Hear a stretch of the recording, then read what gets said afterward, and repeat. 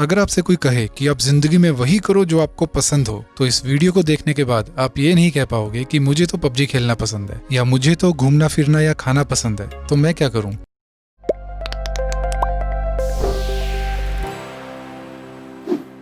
जब तक हमें ये पता ना चले कि हमारी लाइफ का एक पर्पस या एक उद्देश्य क्या है, तब तक ना तो हम बहुत ज्यादा सक्सेसफुल हो सकते हैं, ना ही हम अपने काम में खुश रह सकते हैं। इसी पर्पस को ढूंढने के लिए आज हम बात करेंगे एक ऐसे जापानीज फॉर्मूला की, जिसको फॉलो करके लोग ना सिर्फ सक्सेसफुल हो जाते हैं, बल्कि 100 साल से भी ज्यादा की एक हेल्दी लाइफ जी पाते हैं। इस फॉर्मूला में उस पर्पस को कहते हैं इकिगाई। अब हम सभी की लाइफ का पर्पस या इकिगाई तो अलग अलग हो सकता है, लेकिन उसको ढूंढने का जो तरीका है वो एक है, जिसके 4 पार्ट्स हैं। और इनमें से अगर एक भी पार्ट मिसिंग है तो वो आपका पैशन हो सकता है, प्रोफेशन हो सकता है, मिशन हो सकता है, लेकिन वो इकिगाई नहीं है। इकिगाई के इन चारों पार्ट्स को ढूंढने के लिए हमें अपने आप से ये 4 क्वेश्चंस पूछने होंगे। मैं रिकमेंड करूंगा कि आप साथ साथ इनको कॉपी पेन में नोट करते चलें। नंबर 1, ऐसे कौन से काम हैं जो आपको करना बहुत पसंद है, चाहे वो आपको करने आते हैं चाहे नहीं आते हैं। नंबर 2, ऐसे कौन से काम हैं जिनमें आप एक्सपर्ट हो, जो आपको करने अच्छे लगते हैं, चाहे वो आपको पसंद हो चाहे ना हो। नंबर 3, ऐसे कौन से काम हैं जिनसे आपको लगता है कि आप पैसा कमा सकते हो। एंड नंबर 4, आपको क्या लगता है ऐसे कौन कौन से काम हो सकते हैं जिनकी दुनिया को जरूरत है और जिससे कुछ बड़ा इम्पैक्ट क्रिएट हो सकता है। तो आप चाहो तो वीडियो पॉज करके इन चारों कामों की लिस्ट बना लो। अब इनमें से कुछ काम ऐसे होंगे जो एक से ज्यादा लिस्ट में भी आ रहे हैं। इन सभी क्वेश्चंस के हम 4 सर्कल्स बना लेते हैं, जिनका नाम ABCD रख देते हैं। जो पहले सर्कल में काम है वो आपकी हॉबीज हो गई, दूसरे सर्कल में आपकी विशेज हो गई जो आप दुनिया के लिए करना चाहते हो, तीसरे सर्कल के काम है जो आपकी जॉब है, एंड चौथे सर्कल के जो काम है वो आपकी स्किल्स हैं। और हम में से ज्यादातर लोग सिर्फ जॉब को अपना एंड गोल समझ लेते हैं, जिससे वो करियर, सक्सेस, हेल्थ सब कुछ पाना चाहते हैं, लेकिन उनको नहीं पता होता कि ये उनका एंड गोल नहीं है। अब हमारे पास सर्कल्स रेडी हैं, तो हम चलते हैं फॉर्मूला के पार्ट 2 में। यहाँ आप आसानी से डिसाइड कर पाएंगे कि आपका पैशन क्या है, आपका मिशन क्या है, आपका प्रोफेशन क्या है। अगर कोई ऐसा काम जो A और D दोनों सर्कल्स में आ रहा है, मतलब अगर आप उसको करना बहुत पसंद भी करते हो और उसमें आप एक्सपर्ट भी हो, तो वो हो जाएगा आपका passion. Actors, singers, UPSC aspirants और यंग एंटरप्रेन्योर्स सब इस कैटेगरी में आ सकते हैं। जो काम सर्कल D और C में आ रहा है, मतलब अगर आप उसमें एक्सपर्ट हो और आपको उसके पैसे भी मिल रहे हैं, तो वो हो गया आपका प्रोफेशन।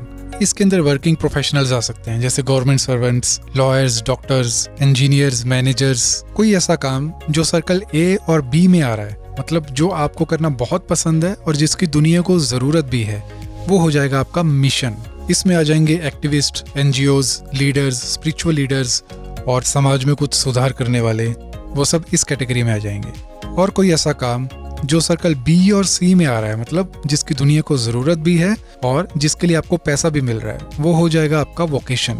वोकेशन का मतलब होता है जो आपका नेचुरल टैलेंट है, जो आपको बाकियों से अलग बनाता है। टीचर्स, ऑथर्स, आर्टिस्ट, ये सब लोग इस कैटेगरी में आ सकते हैं। एक नॉर्मल लाइफ के लिए कम से कम इनमें से 2 कंडीशंस का पूरा होना जरूरी है।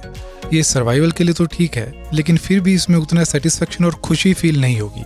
नाउ अब बारी है इस फॉर्मूला के स्टेप 3 की, जहाँ पे हम इकिगाई के एक स्टेप और पास चले जाते हैं। अगर आपके किसी भी काम में इन चारों में से कम 3 पार्ट हैं, तो आपकी लाइफ एक एवरेज लाइफ से बहुत अच्छी होगी। आपकी मेंटल अवेयरनेस, आपकी हेल्थ एक एवरेज इंसान से बहुत अच्छी होगी।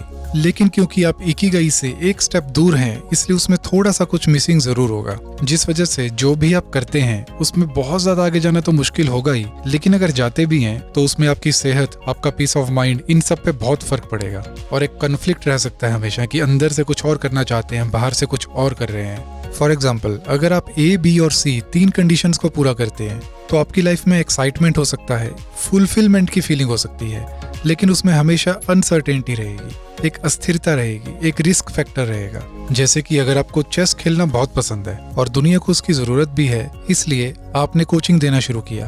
अब यहाँ पे 3 कंडीशंस फुलफिल हो रही हैं, लेकिन क्योंकि आप इतने एक्सपर्ट नहीं हैं जिससे लोग आपको बेस्ट कह सके, इसलिए अनसर्टेनिटी और रिस्क हमेशा बना रहेगा। इसी तरह अगर आप B, C और D को फुलफिल करते हैं, तो उसमें लाइफ तो कंफर्टेबल होगी, लेकिन उसमें एक एम्प्टीनेस होगी, एक खालीपन होगा, क्योंकि आप अपने काम में एक्सपर्ट हो और आपको उसका पैसा भी मिल रहा है और दुनिया को उसकी जरूरत भी है, लेकिन आप उस काम को उतना प्यार नहीं करते कि उसके बारे में सोचकर आपकी थकान चली जाए और आप एक्साइटमेंट से भर जाएं। फॉर एग्जाम्पल टीचिंग, जिसमें आप एक्सपर्ट हो सकते हो, जिसमें आपको पैसा भी मिल रहा है और जिसकी दुनिया को जरूरत भी है। लेकिन अगर आपको वो करना पसंद नहीं है तो धीरे धीरे वो काम आपके लिए बोझ बनता चला जाएगा। इसी तरह अगर किसी काम में सी, डी और ए तीनों पार्ट्स हैं तो उसमें सेटिस्फेक्शन और कॉन्फिडेंस तो होगा, लेकिन एक यूजलेसनेस की फीलिंग होगी कि जैसे हम दुनिया के लिए किसी काम के नहीं है, क्योंकि इसमें आप वो काम कर रहे हो जो आपको करना पसंद है और जिसमें आप एक्सपर्ट हो और जिसमें आपको पैसा भी मिल रहा है, लेकिन दुनिया को उसकी बहुत ज्यादा जरूरत भी नहीं है और कोई बहुत बड़ा इम्पैक्ट भी क्रिएट नहीं हो रहा है। और इसी तरह कोई ऐसा काम जिसके अंदर डी, ए और बी ये 3 कंडीशंस पूरी होती हैं तो आपको उसमें बहुत खुशी मिल सकती है, बहुत सेटिस्फेक्शन मिल सकता है, लेकिन उसमें वेल्थ नहीं होगी, उसमें पैसा नहीं होगा, क्योंकि इसके अंदर आप वो काम कर रहे होंगे जिसमें आप एक्सपर्ट हो और जो आपको करना पसंद है और जिसकी दुनिया को बहुत जरूरत है, लेकिन उससे आप पैसा नहीं कमा रहे हो।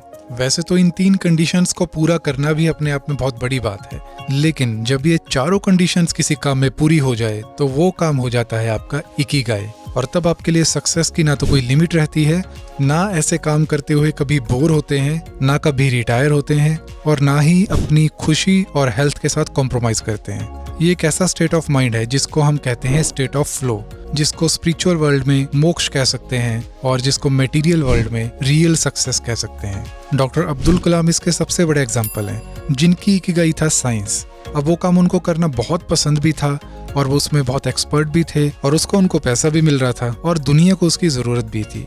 इसी तरह विराट कोहली का इकिगाई है क्रिकेट। और जो भी लोग हमें सक्सेस की पीक पे दिखते हैं उन सब का यही सीक्रेट है कि उनको अपना इकिगाई मिल गया।